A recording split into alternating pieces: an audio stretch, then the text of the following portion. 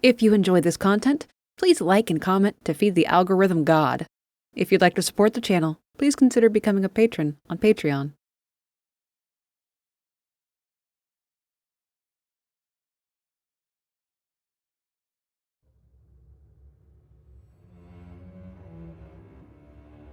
Every great one loses its child, therefore it seeks a surrogate.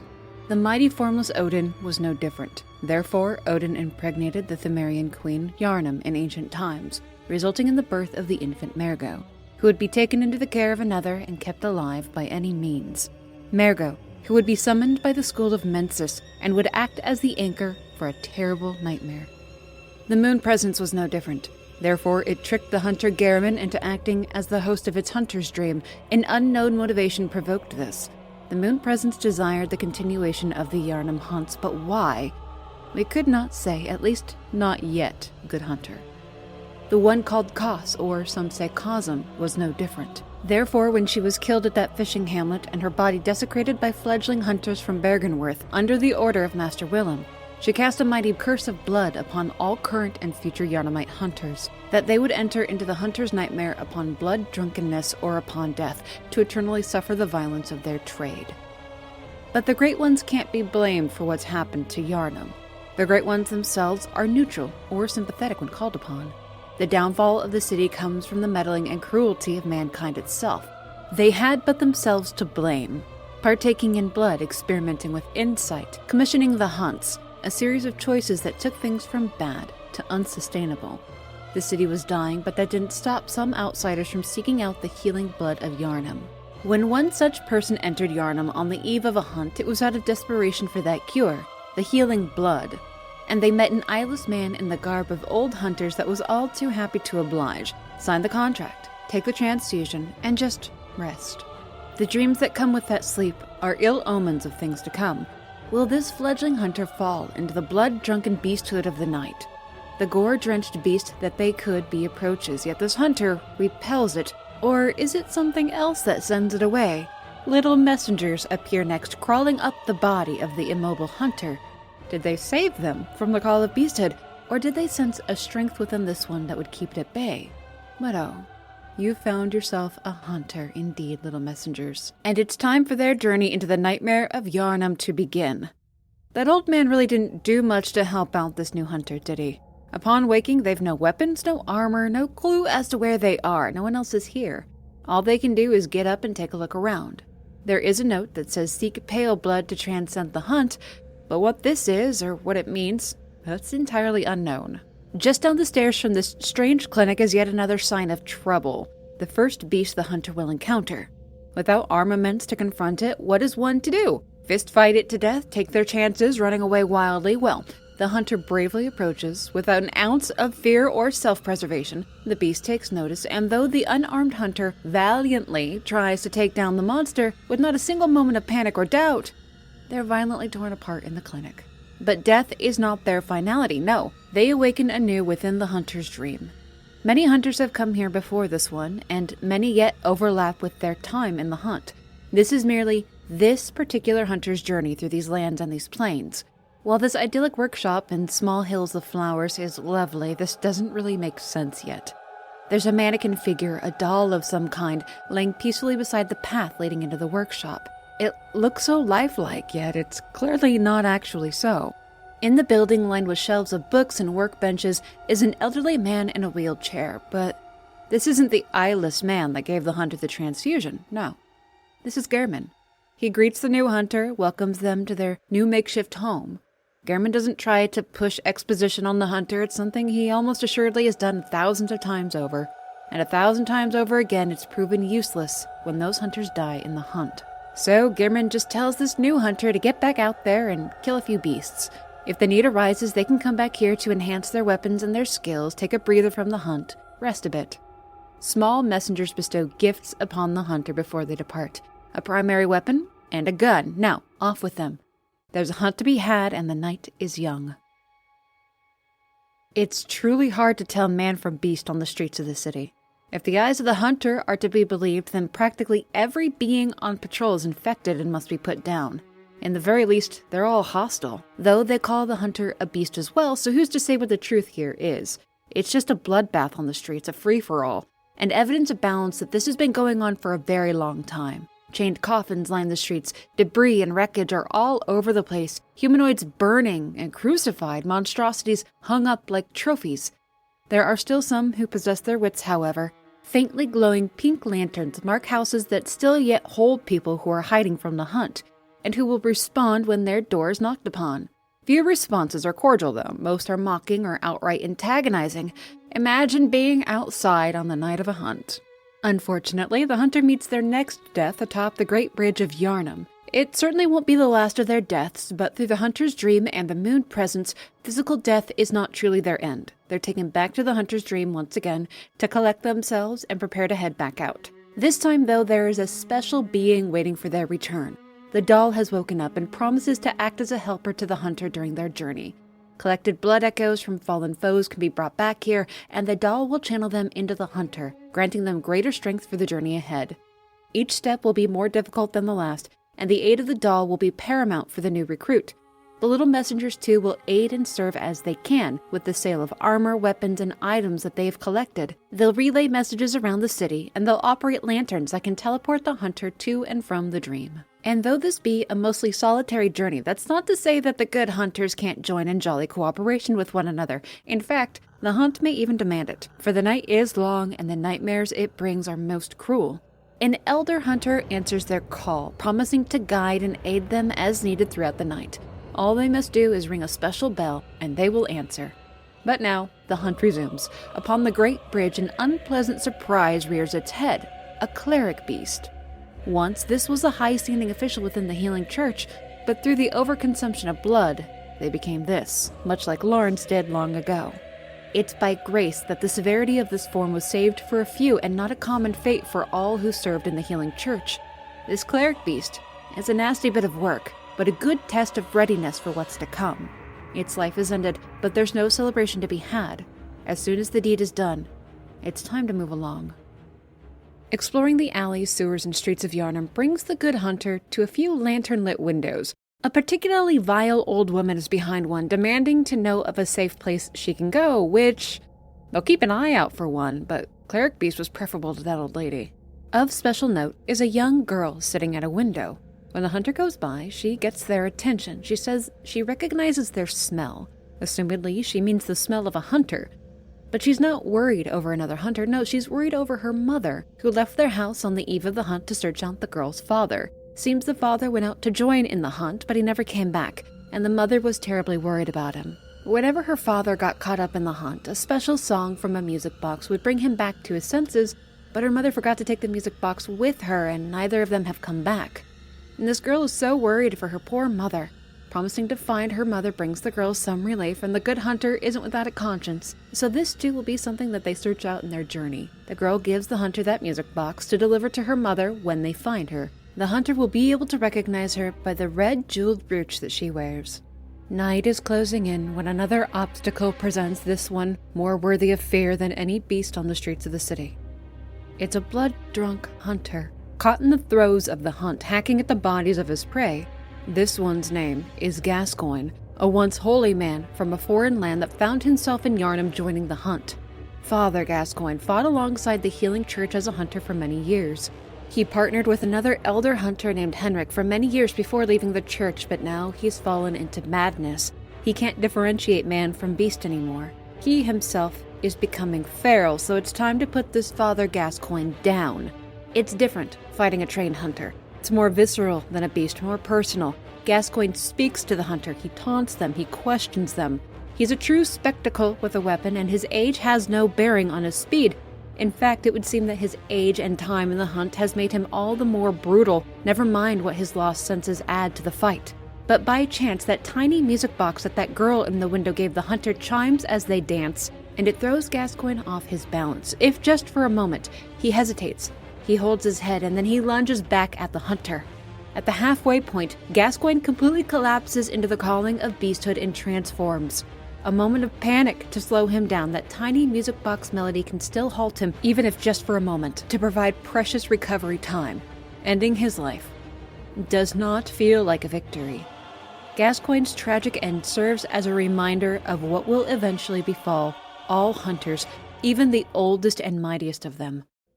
By some sort of grace, perhaps his roots in a foreign land and faith saved him, because Father Gascoigne will not fall into the hunter's nightmare. The blood curse of Cos will not take him. Instead, Father Gascoigne will have a peaceful death. And nearby, the hunter finds something that they vowed to search out, the girl's mother.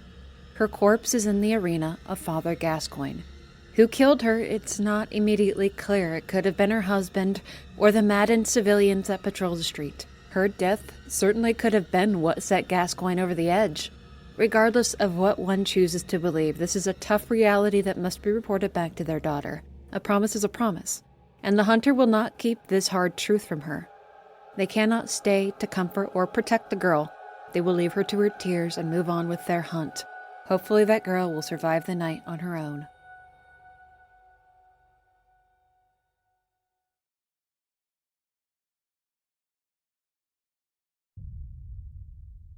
Beyond Gascoigne's arena, past a locked gate and up a ladder, is a new section of Yharnam, the Cathedral Ward.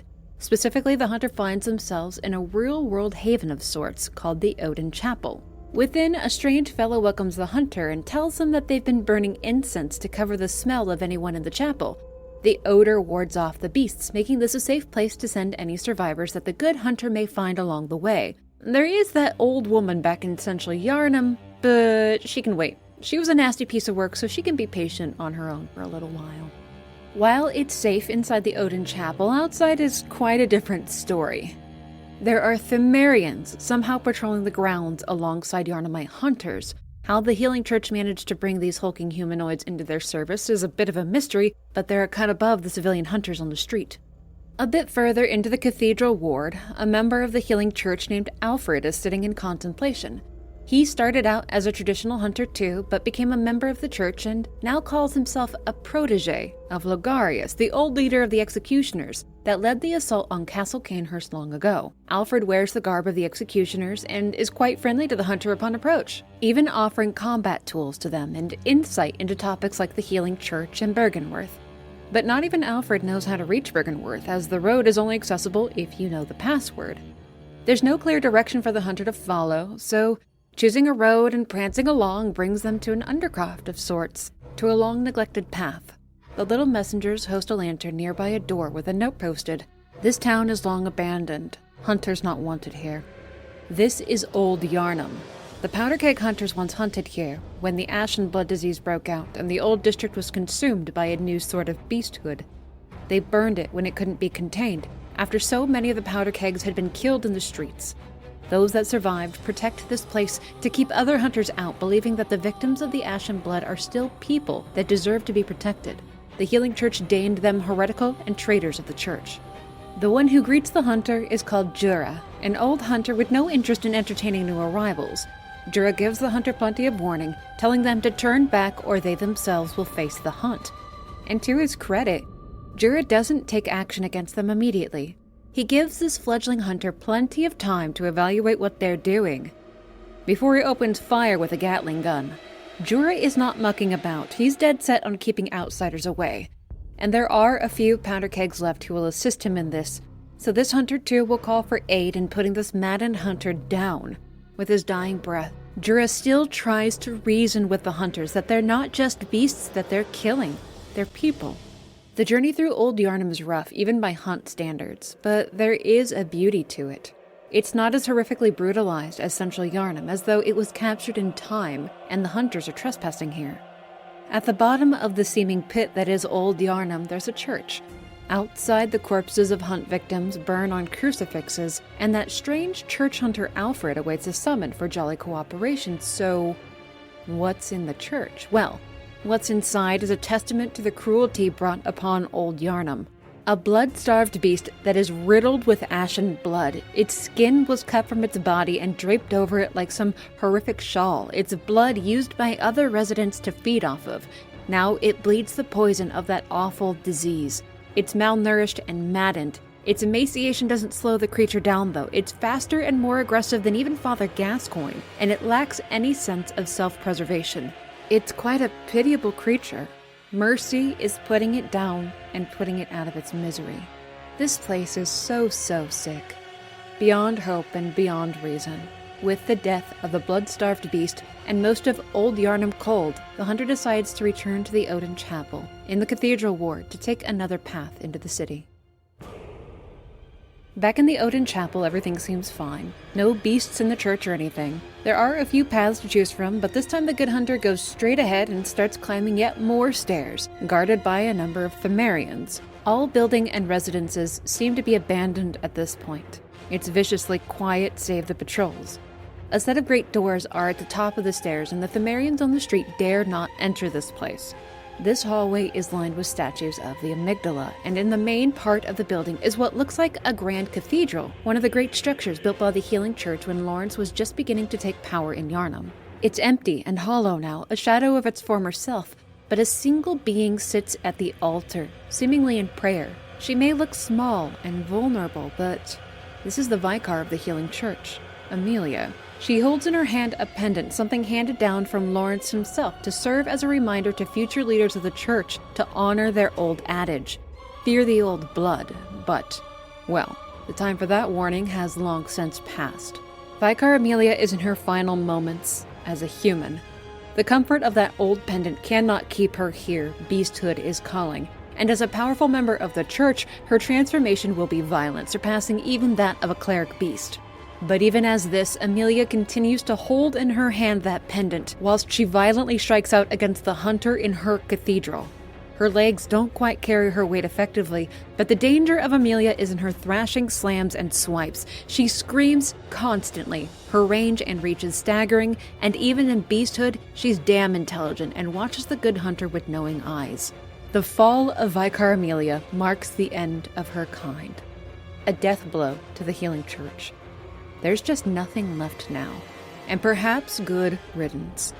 Upon the altar that Amelia prayed at sits a relic of the past, the head of Lawrence. He died in beasthood, put down by the hunters of old, and here sits his skull, as though it were a holy thing to be worshipped.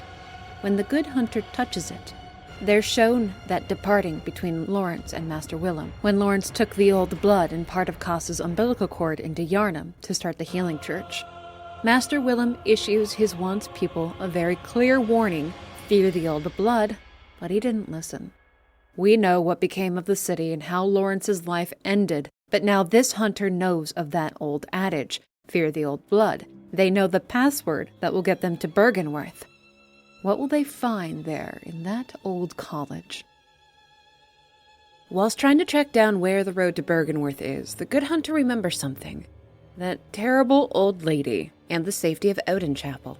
There could be other survivors around Yarnum, so while out on a stroll, the hunter keeps an eye out for lit pink lanterns next to doors, and by happenstance they come across a medical clinic belonging to a woman named Yosefka, directly attached to where their journey began, in fact. Yosefka seems nice enough. She says that any survivors the hunter may find in the city would be safe with her there if they would just direct them on how to reach her. So, there are now 2 safe locations to send survivors that the hunter comes across. Very good. They decide that the old lady can go to the clinic. Yosefka seems capable enough to handle someone that unkind. She probably has sedatives, and so, well, you know. The hunter meets another soul while traveling through the city, a sex worker named Ariana, and she is the kindest person that the hunter has met so far. And when she asks if they know of a safe place to send her, it's an easy choice to send her to the nearby Odin Chapel.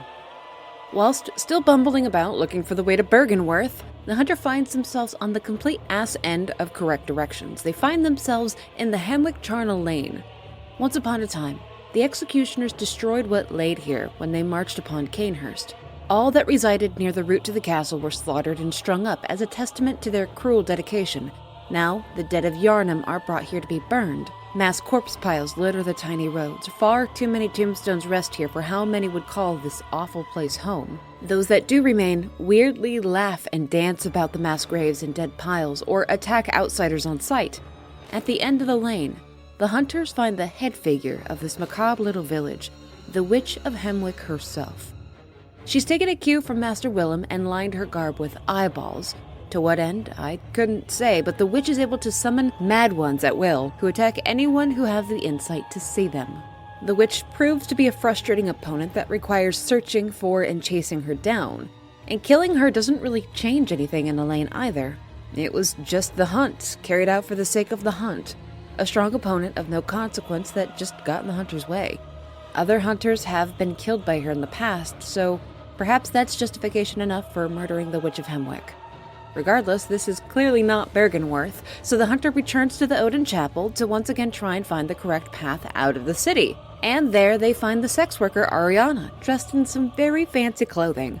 She graciously offers the hunter some of her blood as a thanks for helping her find safety here, and interestingly, her blood is something that the Healing Church would call forbidden. What that means, though, is not yet clear. While trekking about, something sort of unexpected happens. Well, two things, actually. First, during some masterful platforming, tucked away in a spot that by all rights should have never even been noticed, the good hunter finds a weird door. On an upper level of the Odin Chapel, there was another path to take that didn't lead to Bergenworth, but instead to the Healing Church workshop. Long ago, this is where hunters of the church would gather to work out their gear, share information, perhaps rest and refuel a bit. Now it's been overrun and left to decay, but under the Healing Church workshop, down some scaffolding and broken down stairs, is that weird door. And inside is the abandoned workshop of Gehrman. In the waking world, this is where his hunters would have come to gear up, train, and prepare for hunts, but now it's empty, though very well preserved, protected from the madness outside. Here remains the first trial run that Gehrman made at making his Maria doll. It was a very unsettling fixation that he had on that very unusual Gehrman, but also of note is part of an umbilical cord. This is what Lawrence and Gehrman used so long ago to first beckon the moon presence. It was left hidden away here after that terrible encounter, lost to the world, but now in the possession of a new hunter that has no idea what they've just found. This is one of 3 parts needed to make a complete umbilical cord, but for now, the hunter will just hold on to it. At the bottom of the tower that the hunter has been descending is a shortcut of sorts, a door leading back to Old Yarnum.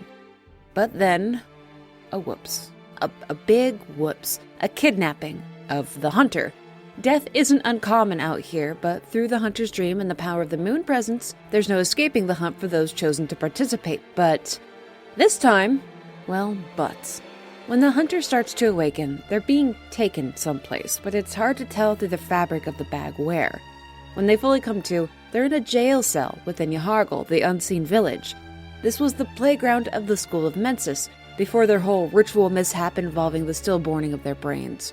This jail is where their victims were brought after being claimed by those snatchers, where they would await the school's horrors. Though the School of Mensis technically kinda no longer exists, those in service to them still search out and bring living beings here to Yahargel. A terrified woman is just beyond the jail cells, shaking and in prayer, begging for deliverance from this place. To comfort her, the hunter dons the apparel of a church official, and the woman responds to this. In fact, she's almost desperate to believe that the hunter is from the church. She doesn't question anything about their presence or their attire. Her name is Adela, a nun of the Healing Church. Before she was caught, she was with a group of survivors, but they're all gone now. She asks if the hunter perhaps knows of a safe place that she can go and hide. Adela doesn't seem sickly or unstable, so to Odin Chapel she will go. With the nun safely on her way out of the unseen village, the hunter can continue about their business, taking out a dark beast that reeks of the old corruption of Laran, cutting down the old servants of the school, but ultimately they find their way blocked and must return to the cathedral ward to search out Bergenworth. Alas, another dead end, but perhaps this will be a fine place to return to in the future. The path to Bergenworth is finally found. It was closer to the chapel than one might have thought. The gate out of the city laid at the bottom of a long stairwell decorated with an odd assortment of statues in different states of worship. The password, Fear the Old Blood, grants the hunter passage courtesy of a long-dead gatekeeper. Reaching Bergenworth requires traveling through the Forbidden Woods, a mucky, snake-infested hellhole of misery and humidity, and there are still some locals about. Residents of the forest village that have quite a lot in common with their neighboring Yarnamite cousins. They're indistinguishable from each other, save the occasional reptile fusion. Long ago, scholars, students, faculty, people hailing from all across the land traveled these roads to Bergenworth. But now it's dangerous for even the most hardened of hunters. It's difficult for 2 hunters. Hard to believe that there are survivors out here. Or perhaps they're thriving. When the hunter chances upon one of them, this suspicious man is enjoying a hearty meal of, looks like, 9-year-old boy, rare. But he doesn't attack the hunter like a feral beast. Instead, he talks to them. He's rather grateful that the hunter took down a nearby, frighteningly large beast. And the suspicious man asks if the hunter knows of a safe place that he can go. And, well, because he seems sickly and overfed, the hunter directs him towards Yosefka's clinic rather than the chapel. She has all those medications and probably has at least a couple guns. She should be able to handle this fella no problem. But just to make sure, the hunter takes a little detour back to the clinic just to make sure that no shenanigans have taken place, and Yosefka assures the hunter that all the humans are taking well to their treatment, and she needs more of them. Great. Back to the swamp hell. Nothing to worry about here. At the end of this delightful labyrinth of a road is an interesting surprise. 3 shadows of Yharnam, but these aren't Yharnam as in the city, no. These are the shadows of the ancient Themerian queen, Yharnam, but why would they be here, outside of Bergenworth? Does that mean that the queen herself is nearby, but why would she be here? Oh my, the intrigue grows. The ill-tended-to path beyond the Serena does lead directly to Bergenworth, finally here after all the searching. In its prime, this place must have been a wondrous sight to behold, a true place of higher learning, but now, those that do remain are eye-covered amalgams left twisted and cursed. The interior of the building is covered in what looks like cakes and vats of eyeballs, everything a late-era Bergenworth student would need for success. But there's not much more than a handful of creatures about. The final sane student of Bergenworth jumps the hunter on the 2nd level of the school, a sad end to a life once full of potential. And outside, overlooking the lake on a serene balcony all on his own, is Master Willem himself. His senses have long since left him. All he does now is look out over the lake and the moon above it. Upon the hunter's approach, he does acknowledge them and he points to the lake, or perhaps the moon above it. He doesn't say anything, though. That ability has long since abandoned him. Knowing what they do of Master Willem and his life, the hunter decides to dispatch him out of contempt and to make sure that whatever happens next, he cannot continue his life's work. Master Willem's life will end here, and may he find justice for his deeds in the next one. Taking their cue, the hunter plunges into the lake. Within the moonside lake rests Rom, the vacuous spider. Once a scholar of Bergenworth that ascended to be more akin to a great one, Rom, who now holds back the nightmare of Mensis, who conceals the terrible ritual that they held. But Rom itself is mindless. It's an unintelligent creature, unthinking in its actions. The reasons for why the Great Ones do the things that they do is unknowable. And all this combines to make Rom something that cannot be reasoned with. The hunter does not know what Rom is, what it has done, or why. The hunter is merely here to hunt, and this Great One now stands in their way. Though Rom is passive at first, the first strike against it ends that neutrality. Though called a spider, Rom is not quite so, but the creatures that it calls to its aid are, and they viciously defend Rom against the hunter. And at first, Rom itself doesn't really act against the hunter until they deal a large bit of damage to it.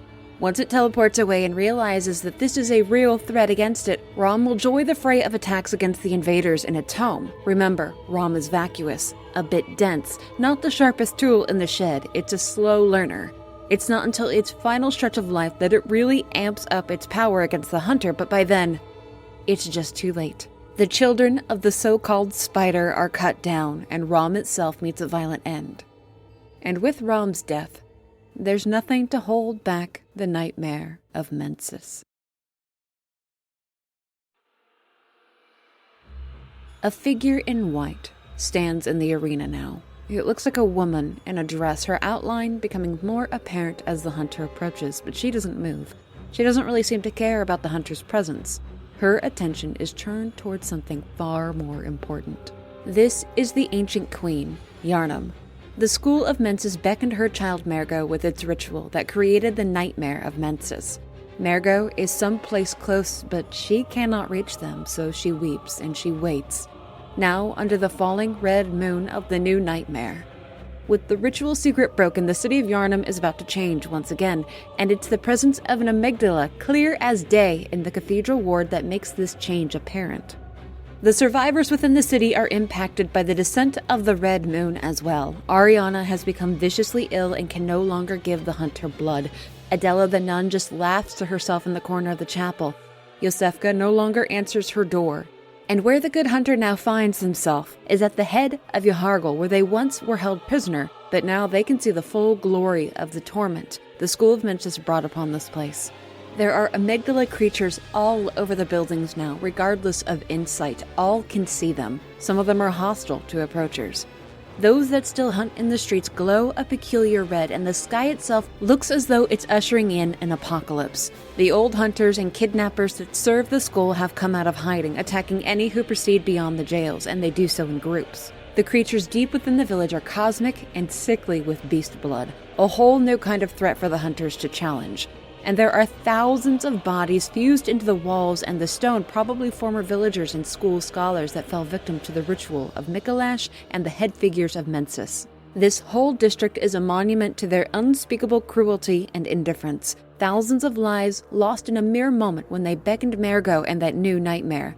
But while this is a horrific place, it is not the actual nightmare of Mensis itself. No, this is still Yharnam. This is just the influence of that nightmare spreading now that Rom is no longer holding back. Beyond once locked gates, the cooperating good hunters come face to face with the creation of the school, an amalgamation of the residents of Yahargul fused into this sickly failed great one called the One Reborn. Remember, there was nothing too taboo, nothing forbidden in the School of Mensis. They tried to create their own great one, their own Rom, and this was that failed attempt. In disgust and outrage at this, the hunters ignore all else within its arena and cleave at the monstrosity until it ceases movement. This thing was a pox even on Yharnam. It couldn't be allowed to exist, and perhaps those that were fused into it can now find some semblance of peace in oblivion. Just beyond where the One Reborn fell from the sky are the pathetic remains of the School of Mensis. The men and women that attempted that ritual to summon a great one, who instead made their own brains stillborn. And at the center of this room, in a seat of importance, is Mikolash himself, though he has seen better days. His body was protected from death during that ritual, but it looks like maybe he didn't take very good care of himself, because a withering mummy is all that's left in his seat. Interacting with Mikolash's body takes the hunter to a new place, a lecture building, a small section from a place of learning, perhaps part of the School of Mensis, perhaps part of Bergenworth. It's inhabited by scholars that were brought into the nightmare so long ago, and at the end of a hallway is a direct pathway to the nightmare itself. Climbing the road to the foreboding mansion far off in the distance truly sets the mood for what's to come. This place reeks of forbidden power and madness, so again, two hunters will proceed here in jolly cooperation, ensuring the safety of one another. This estate is called Mergo's Loft, the new study hall of the School of Mensis that leaves a bit to be desired. Just approaching it causes a buildup of frenzy, but the source of that frenzy can't be seen from the ground. This is where those whose minds survived the ritual ended up. Their waking world bodies have long since rotted, but here in this plane they continue on. Much of the infrastructure of the loft is collapsed or in decay, leaving most of the way up to be done via weird cage lifts and elevators. In the middle tier of the loft, the good hunters find Mikolash himself. We don't know what he was like in life, but he's a raving lunatic in the nightmare, praying to the long-dead Kos to be granted more eyes, and then running away like a weird oiled-up loot goblin. Mikolash is a test of patience. He's highly mobile and enjoys being chased through the halls of his libraries. As the host of the nightmare, he's maintained much of his old self, at least physically, but he's so much more. While he may seem to be a frail scholar, Mikolash can call from beyond abilities that bring him toe-to-toe with the hunters. And when things get a little bit too slap-happy, Mikolash will flee. He takes off running through the halls, starts wailing and talking about being granted eyes again, like Kos did for Rom. But his facts are only half straight at this point. This man is truly out of touch with reality. He is most dangerous in his final stretch of life within the nightmare, perfectly capable of one-shotting the hunters if they're not careful around him. But when Mikolash is brought down, he cries once more. He's waking up now. He'll forget everything. But what Mikolash's mind will find in the waking world is a husk, his own corpse, shriveling up in the ritual site of the school. How unfortunate. Killing the insane scholar unlocks the way forward. There's still another height to climb in this nightmare, but in the distance, a baby starts to cry. But what is a baby doing here? Why does it echo about the towers of the loft? It intertwines with the screams of nearby beasts and faintly the cry of a woman. This is familiar, though. They heard this cry once before. After the death of Rom, it was that woman in white. The good hunter has far to go and much to learn. Soon they will meet the one who holds safe the infant Great One. Soon they will learn why the queen weeps. And soon they will know why the nightmare of Mensis is a far cry from the blasphemy of the old hunters.